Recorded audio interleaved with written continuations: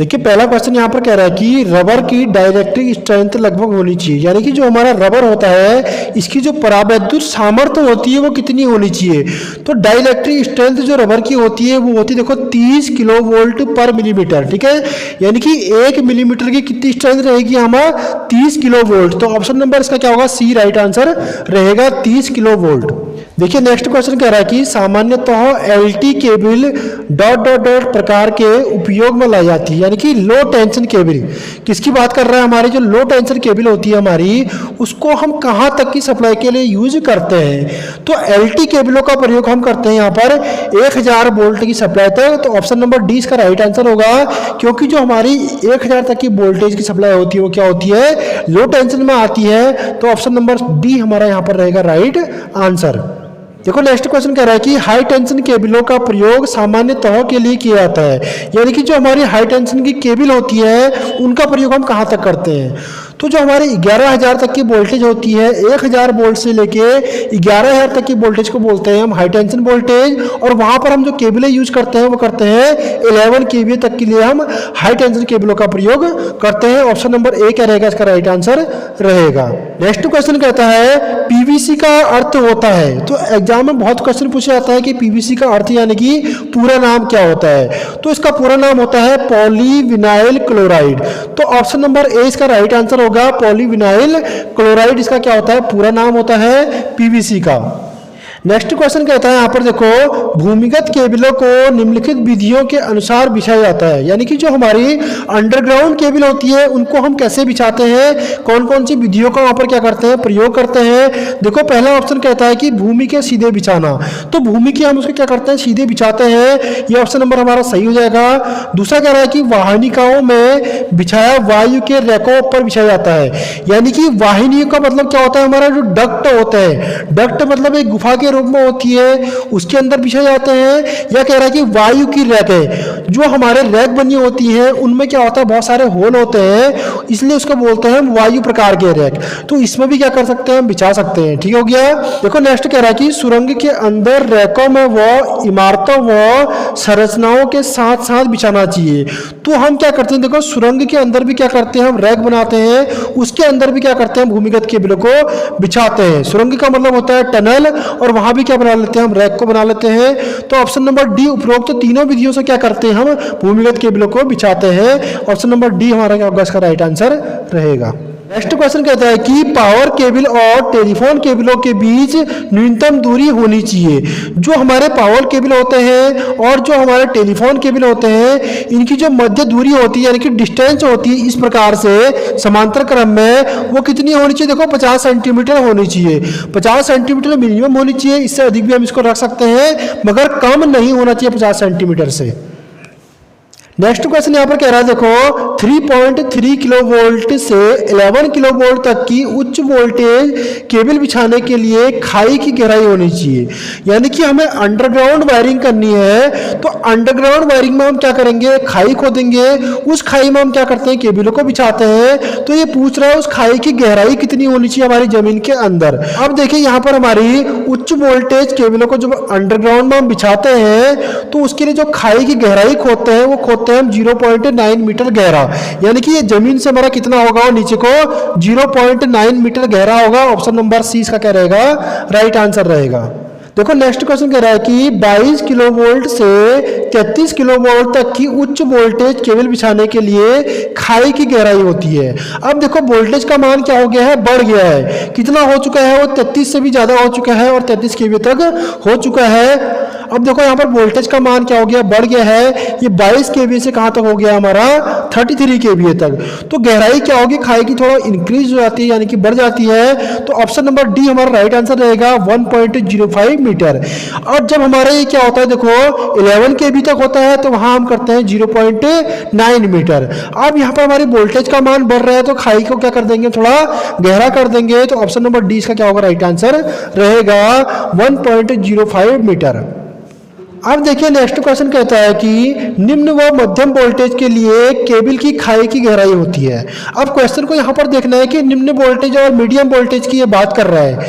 तो medium voltage और निम्न वोल्टेज में हम क्या करते हैं, 0.75 मीटर का क्या कर देंगे, गहराई खोदेंगे खाई की। तो यहाँ पर हमारी खाई की गहराई होती है 0.75 मीटर। तो ऑप्शन नंबर बी इसका राइट आंसर रहेगा 0.75 मीटर। और हाई टेंशन में वो कितना था हमारा, जब वोल्टेज का मान 22 से लेके 33 तक होता है तो वहां पर हो जाता है 1.05 मीटर। अगर हमारा 11 केवी तक की वोल्टेज रहेगी तो वहां पर होता है 0.9 मीटर। तो इस प्रकार हमें एग्जाम में कंफ्यूजन करता है इस प्रकार के क्वेश्चन। ये आपको एक बार क्या करना है, अच्छे से इनको क्या करना है, इनके कॉन्सेप्ट को समझना है। नेक्स्ट क्वेश्चन यहाँ पर कह रहा है कि केबल बिछाने के लिए खाई की चौड़ाई न्यूनतम होना चाहिए। अगर हम अंडरग्राउंड केबल यहाँ पर बिछा रहे हैं तो वहाँ पर जो हमारी खाई होती है उसकी चौड़ाई की बात हो रही है। तो चौड़ाई देखो हमारी 35 सेंटीमीटर होना चाहिए। अब देखो यहाँ पर क्या होता है, अगर हमारा चौड़ाई कितनी रहेगी, 35 सेंटीमीटर रहेगी, तो वहाँ पर हम वायर को क्या कर सकते हैं, आसानी से बिछा सकते हैं। और कहीं पर इसका आंसर क्या होता है, 3 फीट भी होता है, तो 3 फीट भी इसका राइट आंसर रहेगा।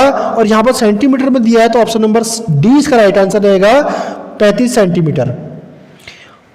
नेक्स्ट क्वेश्चन कहता है कि भूमिगत प्रणाली में केबल व पानी के बीच न्यूनतम क्षैतिज दूरी होनी चाहिए। अब क्षैतिज मतलब कौन सी बात कर रहा है, हॉरिजॉन्टल की बात कर रहा है, किसके बीच, केबल और वाटर के बीच। तो कितनी दूरी यहाँ पर ये होनी चाहिए, तो इसको समझना है। पानी की नदी तो बहेगी नहीं, यहाँ पर क्या हो सकता है, उसके अंदर पानी की लाइन हो सकती है। तो केबल और जो पानी की लाइन के बीच में जो हमारा अंतर रहेगा क्षैतिज में, वो कितना रहेगा, यहाँ पर 0.4 मीटर रहेगा। एक केबल मेरी अगर यहां जा रही है तो पानी की लाइन जो होती है इतनी दूर होना चाहिए, किससे, 0.5 मीटर दूर होना चाहिए हमारे केबल से। क्लियर हो गया, ऑप्शन नंबर सी इसका राइट आंसर रहेगा। नेक्स्ट क्वेश्चन कहता है कि 220 किलोवोल्ट लाइनों में उपयोग होने वाली केबल होती है। अब देखो वोल्टेज का मान क्या है, बहुत ज्यादा है, 220 किलोवोल्ट की ये बात कर रहा है। तो यहाँ पर जो हम उपयोग करते हैं केबल, ये केबल कौन से होते हैं, हमारे ऑयल कंप्रेस्ड होते हैं। क्या होते हैं, ऑयल कंप्रेस्ड होते हैं। तो ऑप्शन नंबर सी देखो इसका राइट आंसर रहेगा कंप्रेस्ड ऑयल कंप्रेस्ड। तो आंसर क्या हो जाएगा इसका, कंप्रेस्ड ऑयल कंप्रेस्ड केबल होते हैं। इनका प्रयोग कहाँ करते हैं, हम हाई वोल्टेज लाइनों में करते हैं। ऑप्शन नंबर सी इसका राइट आंसर रहेगा। नेक्स्ट क्वेश्चन कहता है यदि 1000 किलोवोल्ट पर उपयोग के लिए केबल का डिजाइन किया जाए। अब देखो हमको 1000 किलोवोल्ट के लिए केबल का डिजाइन करना है, तो आप कौन सा इंसुलेशन का चयन करेंगे, उस केबल के ऊपर जो हम इंसुलेशन का प्रयोग करेंगे वो कौन सा करेंगे। देखो पीवीसी का तो करेंगे नहीं, क्योंकि ये क्या होता है, इसका मेल्टिंग पॉइंट बहुत कम होता है। और दूसरा आ रहा वेल्कनाइज रबर, इसको भी हम नहीं करेंगे। तो यहाँ पर देखो क्या करते हैं हम, कंप्रेस्ड SF6। तो ऑप्शन नंबर डी इसका राइट आंसर हो जाएगा। यहाँ पर हम सल्फर हेक्साफ्लोराइड गैस का प्रयोग करते हैं, जो किसके रूप में करते हैं, इसको कंप्रेस्ड के रूप में। नेक्स्ट क्वेश्चन कह रहा है कि भारतीय विद्युत नियमों के अनुसार विद्युत प्रदाता कंपनी को उपभोक्ता के परिसर में एक उपयुक्त देना चाहिए। तो क्या देना चाहिए उसको, जब भी इंडिया इलेक्ट्रिसिटी रूल के अनुसार हमारी जो विद्युत सप्लाई देते हैं वहां पर उपभोक्ता को हमें एक अर्थ वायर का भी कनेक्शन देना चाहिए। तो ऑप्शन नंबर क्या रहेगा इसका, बी राइट आंसर रहेगा। देखो नेक्स्ट क्वेश्चन कहता है कि एक सामान्य मिट्टी वाली जगह पर पोल लगाने के लिए, पोल गाड़ने के लिए गड्ढे की गहराई कितनी होनी चाहिए। अब हमको देखो पोल हमारे इस प्रकार से होते हैं और हमको सामान्य मिट्टी वहां पर है। इस पोल को क्या करना है, हमको जमीन के अंदर गाड़ना है। अब पूरा तो इसको गाड़ेंगे नहीं, क्योंकि पोल को हम कितना परसेंट जमीन के अंदर गाड़ेंगे जिससे हमारा पोल देखो इस प्रकार से ढहे नहीं, या इसकी स्ट्रेंथ क्या रहे, मैकेनिकल स्ट्रेंथ वो मजबूत रहे। तो अब मान लो अगर मेरा ये पोल कितने मीटर का है, 10 मीटर का ये पोल लंबा है, तो इसका जो होता है 1/6 भाग को हम क्या करेंगे, जमीन के अंदर गाड़ते हैं।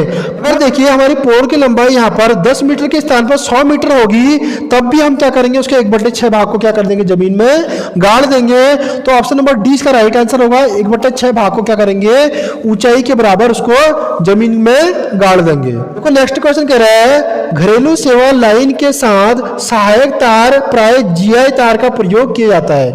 यानी कि जो हमारे घरेलू वायर होते हैं इन सिस्टम में हम जीआई वायर का प्रयोग क्यों करते हैं। देखो जो हमारे घरों में सप्लाई आती है वो इस प्रकार के वायरों में आती है, दिखाई दे रहा है आपको। अब पूछ रहा है कि इसके अंदर जो हमने ये जीआई वायर यूज किया है, जीआई का पूरा नाम होता है गैल्वेनाइजिंग आयरन, तो इस वायर का हम प्रयोग क्यों करते हैं।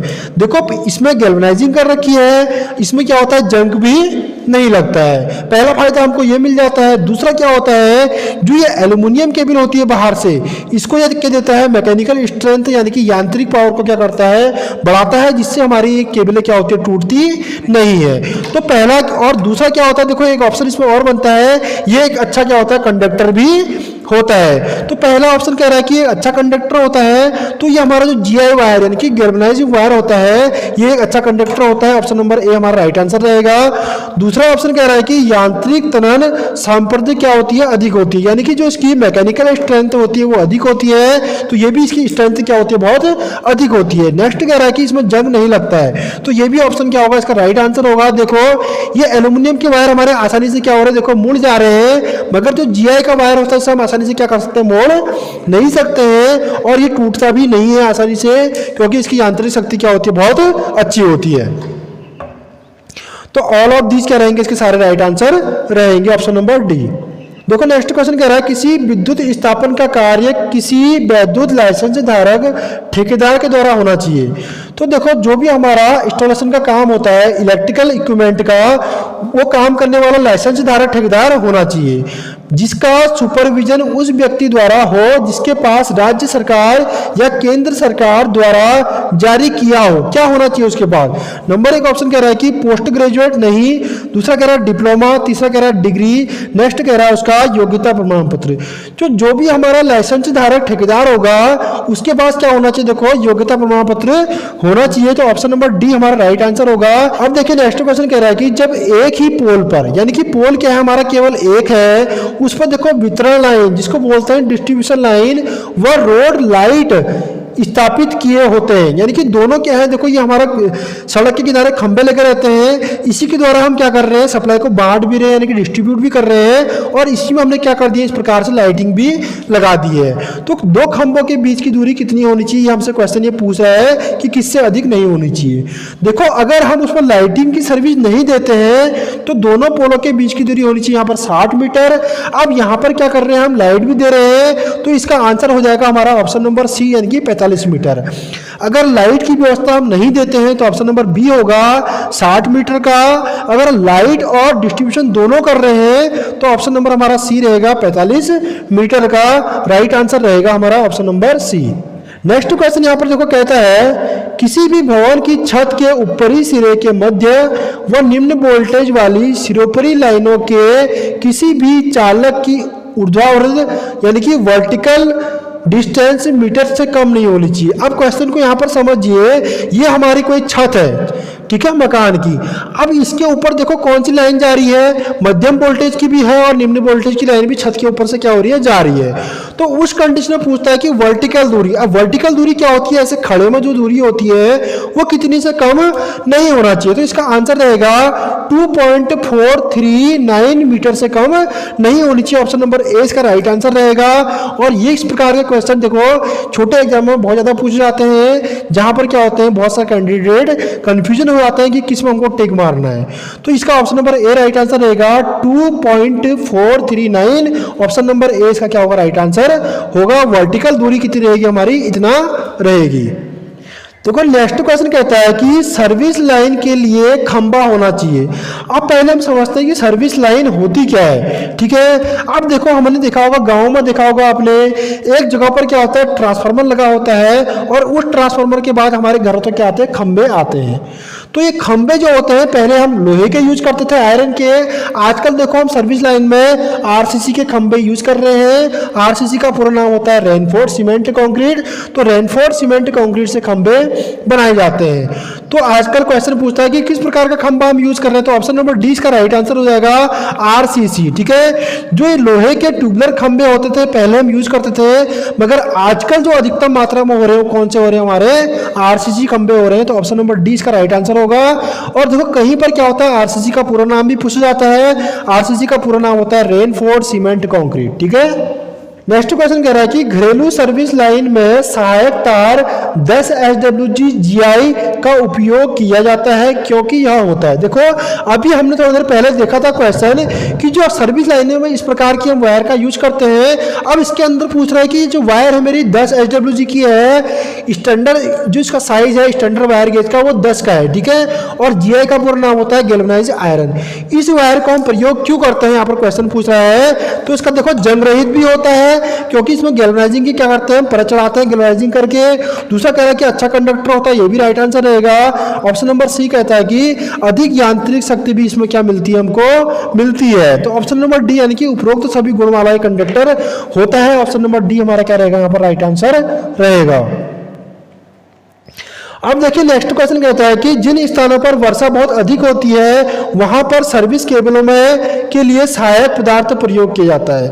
अब देखो प्रयोग वर्षा ज्यादा हो रही है, तो वर्षा हो रही है तो किस प्रकार के, अब देखो कहता है कि रिंग इंसुलेटर का प्रयोग करोगे या फिर सागवान लकड़ी की क्लीट प्रयोग करोगे या फाइबर क्लीट करोगे या फिर लकड़ी के गुटके।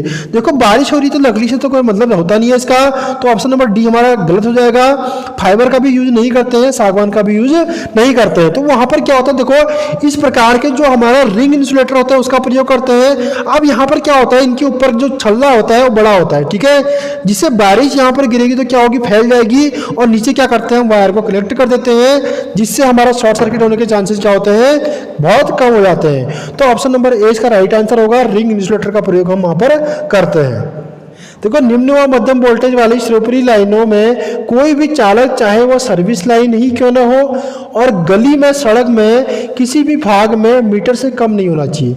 अब देखो वोल्टेज हमारी चाहे निम्न हो चाहे वोल्टेज क्या हो, मध्यम हो। और लाइन कैसी है, देखो हमारी ओवरहेड है, यानी कि सर के ऊपर से हमारी लाइन जा रही है और ये हमारी जमीन की सरफेस है और ये लाइन जा रही है। ठीक है, तो इनकी दूरी चाहे वो सड़क हो चाहे वो गली हो तो किससे कम नहीं होना चाहिए कह रहा है। तो आंसर होगा इसका ऑप्शन नंबर सी, यानी कि 5.791 मीटर से दूरी कम नहीं होनी चाहिए। चाहे हमारी जमीन की बात हो रही हो, सड़क की बात हो रही हो, ये जमीन है, ये सड़क की जमीन हो चाहे किसी गली की जमीन हो। ठीक है, तो इसकी दूरी कितने रखेंगे हम, 5.791 मीटर रखेंगे। तो ऑप्शन नंबर सी इसका क्या रहेगा, राइट आंसर रहेगा। और मैंने कहा कि इस प्रकार के क्वेश्चन आपको कंपटीशन एग्जाम में बहुत कंफ्यूजन करते हैं, तो इनको आपको सीधे याद करना होता है। 5.79 इसकी क्या होती है, वैल्यू होती है, इससे कम डिस्टेंस को हम नहीं रखेंगे। तो ऑप्शन नंबर सी क्या होगा, इसका राइट आंसर रहेगा। देखो नेक्स्ट क्वेश्चन कह रहा है भी किसी भी भवन से मध्यम व निम्न वोल्टेज वाली सिरोपरी लाइन के किसी भी चालक की क्षैतिज दूरी हॉरिजॉन्टल डिस्टेंस मीटर से कम नहीं होना चाहिए। बात कर रहे हैं भवन की। देखो ये हमारा कोई मान लो भवन है और इसके जो लाइन जा रही है वो इतनी दूरी पर जा रही है। ठीक है, ये हमारी क्या है, वो लाइन जा रही है। तो घर से जो हमारी एक खंबे की दूरी होनी चाहिए हॉरिजॉन्टल एक्सिस में, मतलब कि ऐसे में वो कितना दूर होना चाहिए। देखो ये जो दूरी होती है ये होती है 1.219 मीटर। ऑप्शन नंबर बी इसका क्या होता है, राइट आंसर होता है। इससे कम हमारी क्या होती है, दूरी नहीं होना चाहिए। अगर इससे दूरी कम रहेगी तो क्या होगा, हमारे घर के क्या बच्चे होते हैं उनको करंट लगने के चांसेस बढ़ जाते हैं। तो ये दूरी क्या होना चाहिए, इससे कम नहीं होनी चाहिए। तो ऑप्शन नंबर बी क्या रहेगा, इसका राइट आंसर रहेगा।